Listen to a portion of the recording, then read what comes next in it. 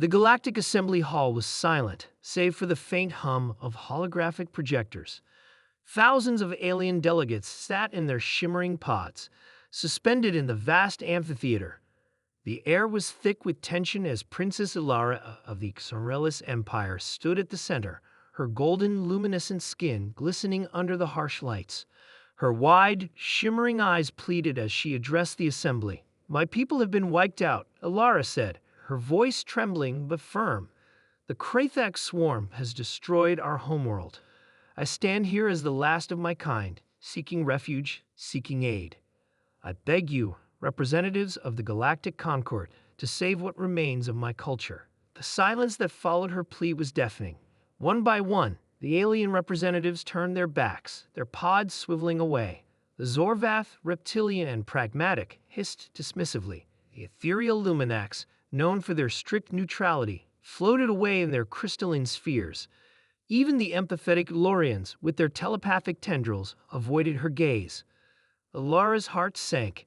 She had heard whispers, rumors that the Galactic Concord was losing its unity, that alliances were fraying, but to experience this abandonment firsthand was a wound deeper than any the Krathak had inflicted. Then came the voice. "We'll help," it said, clear and resolute. Ilara's eyes darted toward the source. A single pod remained facing her. It belonged to the Terran delegation, the humans, the species everyone whispered about in hushed, uncertain tones. They were new to the galactic stage, strange in their ways, and often derided as violent carnivores. The human representative, Commander Elias Vance, stood tall in his pod. His dark uniform contrasted with his warm brown eyes, which held a determination Ilara hadn't seen in the others. "Your Highness," Vance said. Bowing slightly, "Earth may not have the resources of these other great powers, but we know what it's like to fight for survival. We won't abandon you." A murmur rippled through the assembly. The humans were offering aid? The same humans who had been labeled as brash, unpredictable, and dangerous? But Vance's words were unwavering, and in that moment, Ilara saw a glimmer of hope. The Terran cruiser Resolute hummed with life as it soared through hyperspace. Ilara stood on the observation deck, staring out at the swirling void. She felt a mix of gratitude and apprehension. The humans had welcomed her aboard without hesitation, but their reputation made her uneasy. They consumed flesh.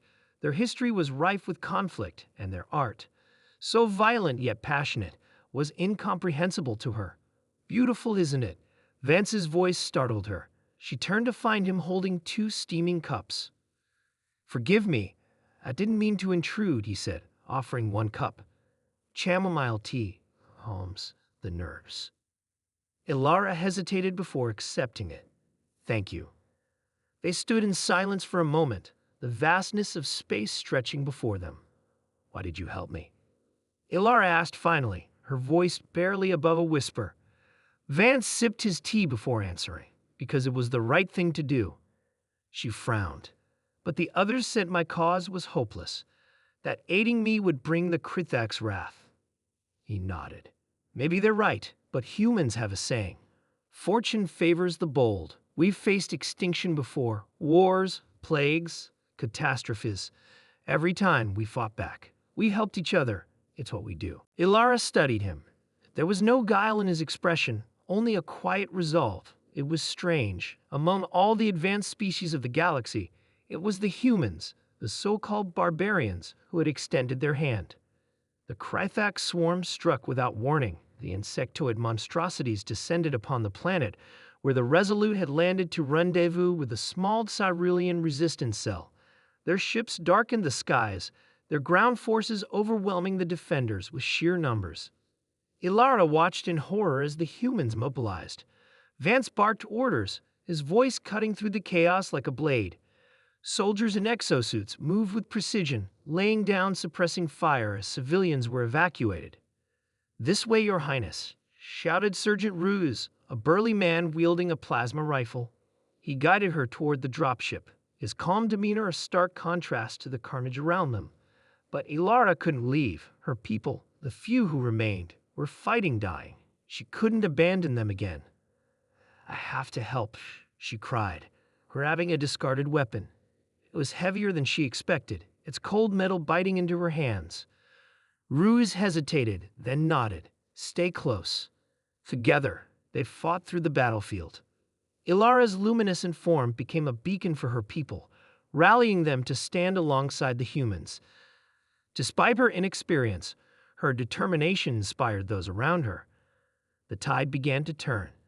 The humans' unorthodox tactics, their ferocity in battle, caught the Krithak off guard. Where other species might retreat, humans advanced, their war cries echoing through the battlefield. For Earth, for Psarrillis. Vance's voice roared over the comms, a rallying cry that sent a surge of courage through the Allied forces. When the dust settled, the Krithak were in retreat. The once lush valley was scarred, but it was free. Ilara stood amid the ruins, her weapons slipping from her grasp. Her golden skin was streaked with soot and blood, but her eyes shone with a fierce light. "We did it," she whispered, barely believing it. Vance approached, his armor battered but his spirit unbroken. "You fought well, Princess."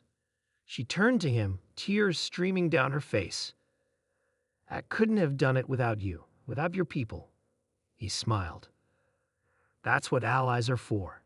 Word of the victory spread quickly. The Galactic Concord could no longer ignore the humans or the princess they had saved. Delegates who had once turned their backs now sought alliances, eager to be on the winning side of history. But Ilara never forgot who had stood by her when no one else would. The humans, imperfect, unpredictable, and utterly extraordinary, had proven themselves in ways no one could have anticipated.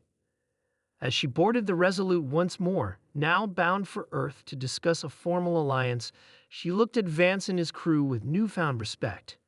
"Perhaps the galaxy misunderstands you," she said. "They see your past, your flaws.